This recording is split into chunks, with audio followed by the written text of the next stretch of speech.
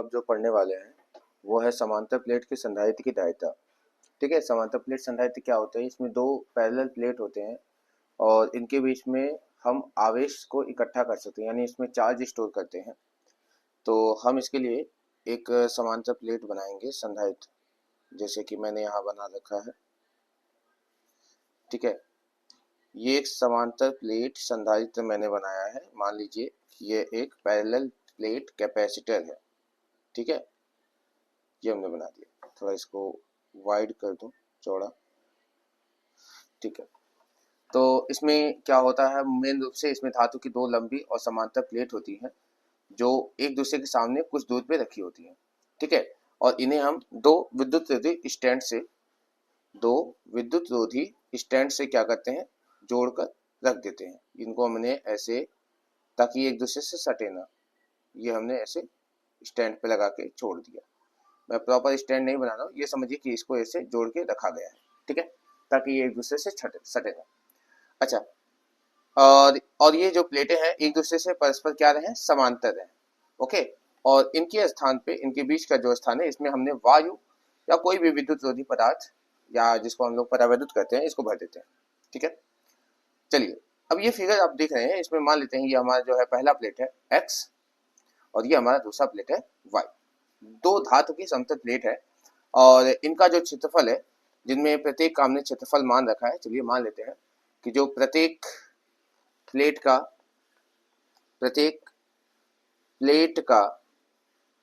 जो क्षेत्रफल है, ये क्षेत्रफल मैंने a मान लिया। क्या मान लिया? a मान लिया। ठीक है, a मीटर स्क्वायर। ठीक है, ये a मीटर का एक क्षेत्रफल, a मीटर स्क्वायर का क्षेत्रफल का प्लेट है, ये भी और ये भी। और इनके बीच की दूरी, ये मान लेते हैं इनके बीच की जो दूरी है वो स्मॉल d है। दूरी, प्लेटों के बीच की दूरी क्या है? स्मॉल d है। ठीक है, और इनके बीच का जो माध्यम है वो वायु या निर्वात है। माना प्लेटों के बीच का माध्यम, प्लेटों के बीच का माध्यम, बीच का जो माध्यम है वो माध्यम मैंने वायु या निर्वात मान लिया। वायु अथवा निर्वात है। ठीक है, आसान होगा, फिर माध्यम पे भी हम लोग मान कर लेंगे, पहले इतना। अच्छा, अब हमने क्या किया, जो प्लेट x है उस पर प्लस q कूलाम आवेश देना शुरू किया। अच्छा, इस पे हमने प्लस q कूलाम आवेश दिया। ओके, अब ध्यान दीजिए, सब कुछ नहीं लिखूंगा। तो जैसे ही मैंने प्लेट x पर प्लस q कूलाम आवेश दिया, तो उसके सामने वाला जो प्लेट y है उसके भीतरी सतह पर क्या हुआ, माइनस q कूलाम आवेश उत्पन्न हुआ, जिसको परावैद्युत का ध्रुवण कहते हैं। आपको ये थोड़ा सा याद होना चाहिए। तो प्रेरित आवेश इस पर आ गया माइनस q कूलाम, और बाहरी सतह पे प्लस q कूलाम आएगा, क्योंकि यहाँ पे परावैद्युत का ध्रुवण हुआ है। इस प्लेट पे जब इस साइड माइनस आएगा तो उतना ही इस पे प्लस आएगा। ये जो प्लस है इसे हमने भू संपर्कित कर रखा है, जिसके कारण ये क्या होता है, डायरेक्टली पृथ्वी में चला जाता है।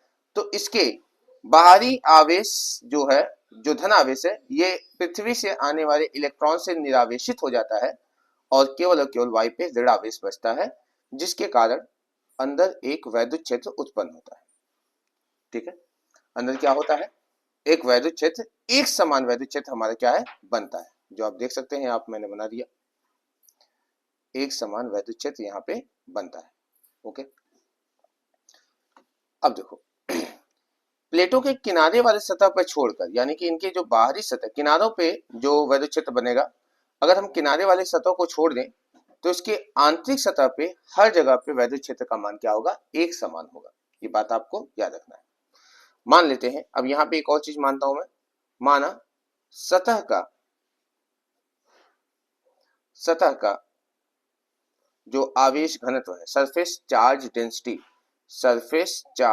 डेंसिटी, जिसको कहते हैं आप लोग पृष्ठ घनत्व, आवेश का पृष्ठ घनत्व, है ना, आवेश का पृष्ठ घनत्व।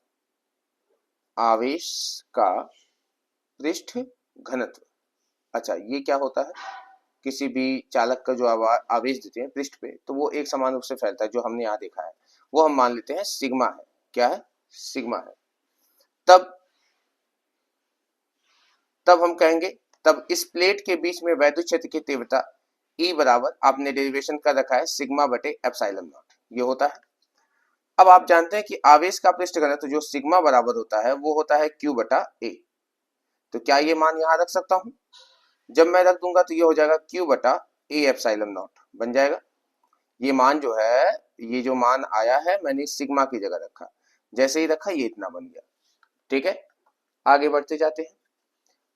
अब इसके बीच में जो विभव प्रवणता होगी, जो विभव प्रवणता बनेगा, क्योंकि हम मानते हैं कि दोनों प्लेट के बीच का जो वोल्टेज V है और उनके बीच की दूरी क्या है, D है, तब जो है विभव प्रवणता जो होगा, ये आप पढ़ रखे हैं कि विभव प्रवणता E बराबर होता है V अपॉन D।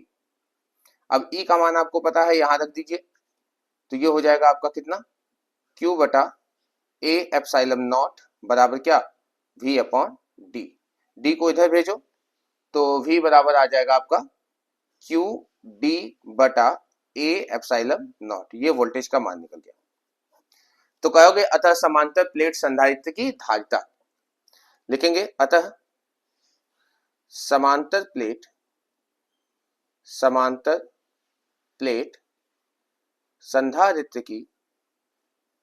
संधारित्र की धारिता। तो समांतर प्लेट संधारित्र की जो धारिता हो जाएगी वो हो जाएगी आपका C बराबर Q अपॉन V। फॉर्मूला आपने पढ़ा है, V का मान रखिए, तो Q अपॉन V का मान यहां ऊपर से QD बटा A एप्सिलॉन नॉट, ये तो आपको पता है, ये V का मान होता है। अब ये मान जो है यहाँ पे थोड़ा सा हल करते हैं तो देखो Q से Q कट जाएगा, Q से Q कट जाएगा और ये ऊपर पहुंच जाएगा, तो C बराबर हो जाएगा A एप्सिलॉन नॉट बटे D। ये आपको धारिता मैंने निकाल दिया, इतना फैराड या फैराड। तो समांतर प्लेट संधारित्र की जो धारिता होती है वो होती है A एप्सिलॉन 0 अपॉन D, जहां एप्सिलॉन 0 क्या है, निर्वात की वैद्युतशीलता है। अच्छा, ये किसके लिए निकाला है, जब इस प्लेट के बीच क्या हो, वायु या फिर निर्वात हो, यानी इसके बीच का माध्यम वायु या निर्वात हो, तब इसके लिए फार्मूला होता है धारिता A epsilon 0 upon D।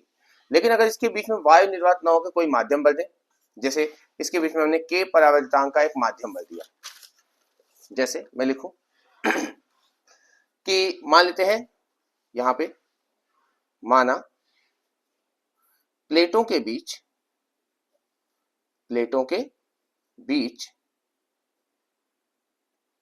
K परावर्तकांक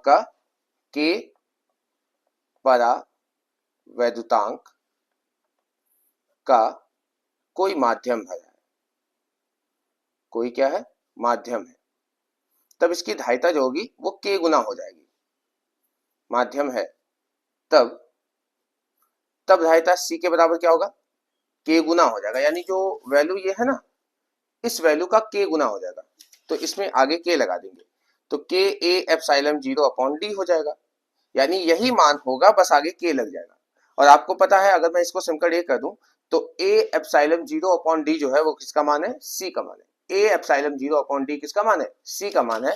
तो क्या मैं A एप्सिलॉन 0 अपॉन D की जगह C लिख सकता हूं, लिखेंगे समीकरण 1 से, समीकरण 1 से क्या हो जाएगा, C के बराबर K इंटू C।